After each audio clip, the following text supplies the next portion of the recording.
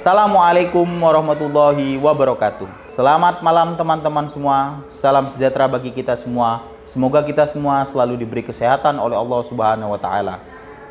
Perkenalkan, nama saya Anggi Kaswari. Saya adalah mahasiswa pasca sarjana Fakultas Ilmu Hukum Universitas Muhammadiyah Malang. Pada kesempatan yang berbahagia ini, saya akan memaparkan materi dengan judul Konsep Legislatif Drafting atau konsep, jenis, dan sifat norma hukum. Topik ini penting karena pembentukan peraturan perundang-undangan yang baik dimulai dari proses penyusunan atau perancangan hukum atau legislatif drafting yang berkualitas. Topik ini penting karena pembentukan peraturan perundang-undangan yang baik dimulai dari proses penyusunan, perancangan hukum atau legislatif drafting yang berkualitas. Tanpa perancangan yang tepat, peraturan yang dibuat bisa menimbulkan multitafsir dan tidak efektif di lapangan. Secara sederhana, legislatif drafting adalah seni dan ilmu dalam merancang peraturan perundang-undangan. Kata drafting berarti penyusunan atau perancangan, sedangkan legislatif berarti berkaitan dengan pembentukan hukum oleh lembaga legislatif atau pemerintah.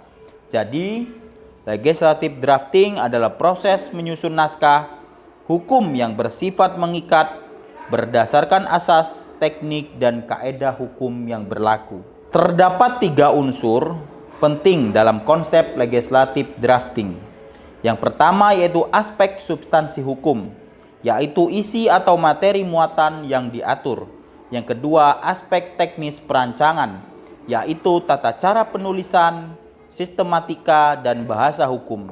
Dan yang ketiga, aspek kelembagaan, yaitu siapa yang berwenang menyusun, membahas, dan menetapkan peraturan tersebut. Legislatif drafting dapat dibedakan menjadi beberapa jenis.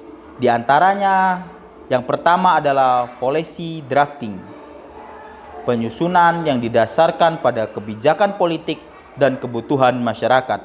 Yang kedua, legal drafting, penyusunan teks hukum yang berisi norma-norma hukum yang mengikat. Yang ketiga, plain language drafting, penyusunan dengan bahasa hukum yang sederhana agar mudah dipahami publik. Yang keempat, technical drafting, berfokus pada aspek format, struktur, dan konsistensi terminologi dalam naskah hukum. Di Indonesia, jenis yang paling dominan adalah legal drafting karena menyangkut penyusunan peraturan resmi negara. Sebagai penutup, dapat kita simpulkan bahwa legislatif drafting bukan hanya soal menulis pasal-pasal hukum, tetapi juga tentang bagaimana nilai, norma, dan kebijakan publik diterjemahkan menjadi hukum yang adil dan efektif. Dengan memahami konsep, jenis, dan sifat norma hukum, kita dapat menghasilkan peraturan yang lebih berkualitas dan berpihak pada kepentingan masyarakat. Terima kasih atas perhatian teman-teman semua.